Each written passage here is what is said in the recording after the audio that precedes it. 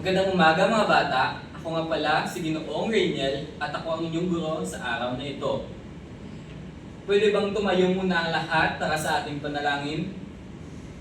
Sa ngalan ng Ama, ng Anak, ng Espiritu Santo. Amen. Bago kayo umupo, pwede nyo bang ayusin ang inyong mga silya at tignan sa ilalim kung may mga basura at itapon sa ating basurahan. Ang layunin natin ngayong araw sa pagtatapos ng aralin, ang mga mag-aaral ay nasa na ipapakita ang maayos na pag-upo at paglakad. Pangalawa, napapaliwanag ang epekto ng wastong pagtayo, pag-upo at paglakad sa katawan. At panghuli, na isasagawa ang maayos na pagtayo, pag-upo at paglakad sa iba't ibang sitwasyon. Bago tayo magsimula sa aralin, meron akong katanungan. Ano ang ginagawa nyo araw-araw na nangangailangan ng tamang tindig? Magbigay ng halimbawa. Yes, James? Tama. Pag-upo habang nag-aaral. Sino pa makapagbigay? Ikaw naman, Pisan? Tama. Pagtayo sa pila. Alam nyo ba mga bata na may epekto ang maling postura? Katulad ng pananakit ng leeg. At alam niyo ba kung anong sanhi? Katulad ng pagyuko ng matagal o paggamit ng cellphone o laptop sa mahabang anggulo. At sa panakit ng balakang, madalas ito nangyari habang nagtatrabaho sa desk o pagbabasa. Bago tayo tumungo sa ating aralin, meron akong mga hinihindang larawan at ako'y magtatanong kung saan dito ang tamang tindig at saan ang mali. Saan dito ang tamang pagtayo? Ikaw, Melwar. Yung unang o pangalawa? Yung una, tama. Ito yung tamang pagtayo. Sunod ay pag-upo. Ikaw, Katyon. Saan dito yung tamang pag-upo? Yung una o pangalawa? Yung pangalawa, tama. Sunod ay paglakad. Saan dito yung tamang paglakad? Ikaw, Pisan. Yung panguna o pangalawa? Yung panguna, tama. Ngayon, ituturo ko kung ano ang tamang pagtayo. Ituwid ang likod, ibaba ang balikat, at patayin ang mga paa. Ganito. Nakuha ba mga bata? Sunod ay ang tamang pag-upo. Ako'y kukuha ng silya at ipapakita sa inyo ang tamang pag-upo. Ang tamang pag-upo ay upo ng tuwid. Huwag ka maging kubak at dapat ay ituwid mo ang iyong balikat at siguraduhin may suporta ang likod. Nakuha ba mga bata? Magaling. Ang sunod ay tamang paglakad. Itaas ang ulo, natural ang hakbang at huwag magyuko. Katulad nito. Nakuha ba mga bata? Magaling. Ito yung mga larawan na tamang tindig. Ito yung tamang paglakad, tamang pag-upo, at tamang pagtayo. Alam nyo ba na may mga magandang epekto sa katawan ng tamang tindig? Katulad na nakakaliwas ito sa pananakit ng katawan. Ikalawa, pagpapabuti ng sirkulasyon ng dugo at paghinga. At pangatlo, nagdudulot ng kumpiyansa sa sarili. Isa sa mga magandang epekto ng katawan ng tamang tindig ay maayos na paghinga. Ang tuwid na tindig ay nagbibigay ng sapat na espasyo para sa ating mga baga, kaya mas madali ang epektibo ng paghinga.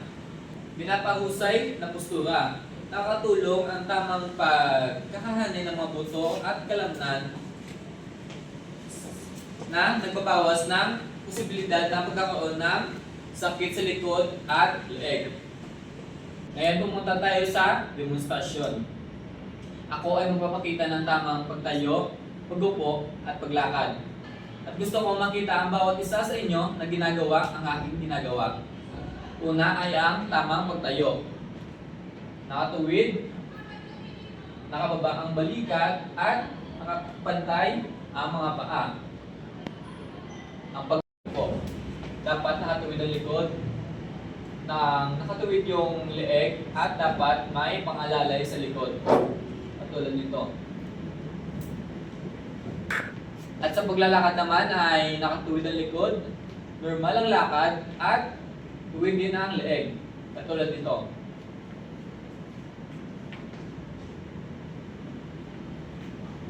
Ayun, ikaw naman Bal, demo mo yung aking ginawa sa tamang tindig.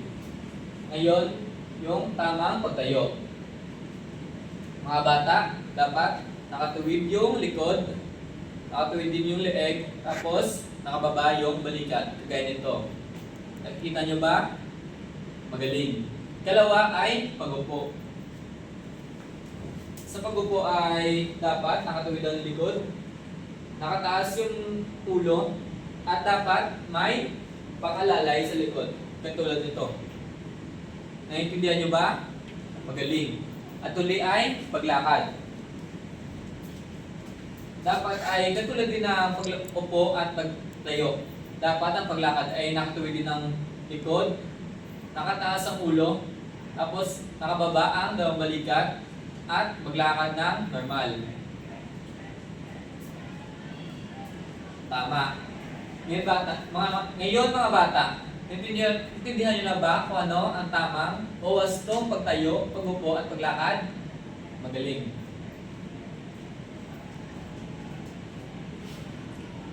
Ngayon, pumunta na tayo sa ating pakatang gawain. Ang klase ay hatiin ko sa 3 grupo. Ang 3 grupo ay magpapakita ng mga tamang tindig. Ang unang grupo ay magpapakita ng tamang pagtayo.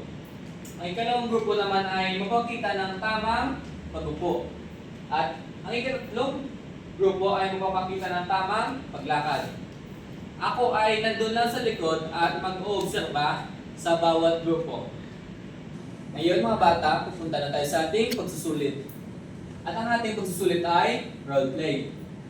Ako ay may hinandang 3 sitwasyon at ang bawat isa sa inyo ay pumili dito sa 3 sitwasyon na ito. Ang unang sitwasyon ay pag-upo sa classroom. Ang ikalawang sitwasyon ay pagtayo sa linya sa recess.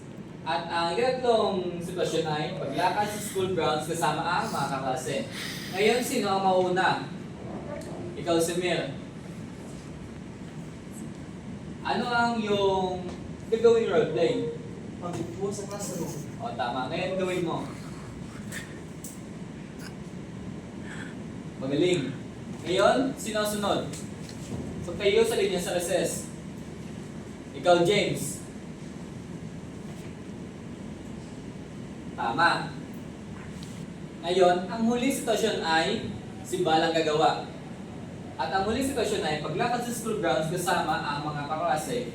Ngayon, gusto kong pumunta dito sa harapan si James at si Mer para samahan si Bal na gawin ang huling roleplay. Ngayon, gawin nyo na.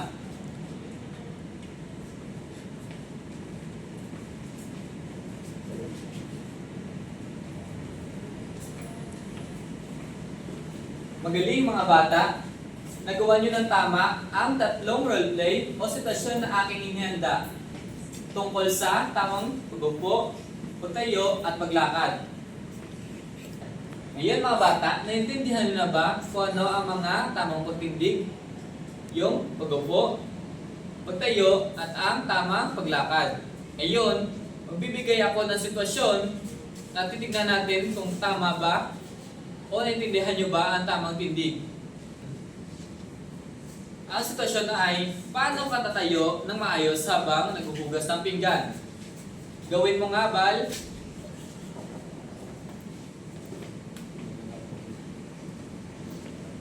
Gawin mo ang tamang paghugas ng pinggan habang tamang pagtindig. Magaling, naintindihan mo nga ang tamang pagtindig. Bigyan natin si Bal ng 3 palakpak. At ang huling sitwasyon, kung talagang naintindihan nyo ang tamang tindig, maghintay sa pila. Ngayon, Gusto kong bumalik dito si Josemer, si James at Geneval. Gawin nyo ang tamang tindig o pagtayo sa pila.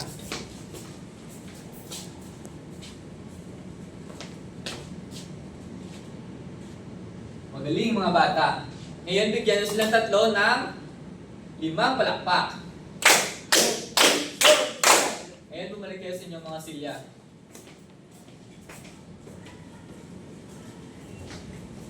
Ngayon mga bata, dahil naintindihan nyo na ang ating leksyon ngayon tungkol sa tamang tindig, kunin nyo ang inyong mga kwaderno sa asignatura at ako'y magbibigay ng takdang aralin. Magsasanay sa bahay. Gamit ang salamin, obserbahan ang sarili habang nakatayo, nakaupo at naglalakad. Sabihin sa magulang o kapatid na magbigay ng puna kung maayos ang postura.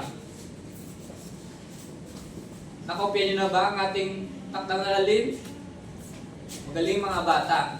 Ngayon tapos na ang ating klase. Naway madami kayong natutunan sa ating aralin ngayon. Salamat mga bata.